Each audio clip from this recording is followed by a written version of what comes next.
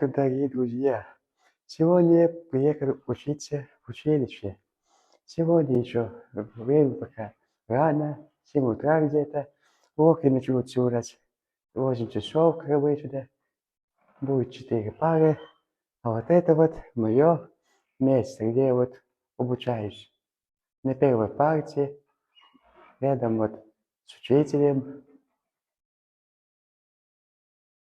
Училище у нас небольшое. Хороший вид из окна с 4-го этажа. Первый урок будет история, потом русский, биология и иностранный язык.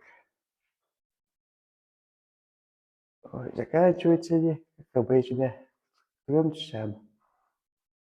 Всем пока-пока, хорошего дня.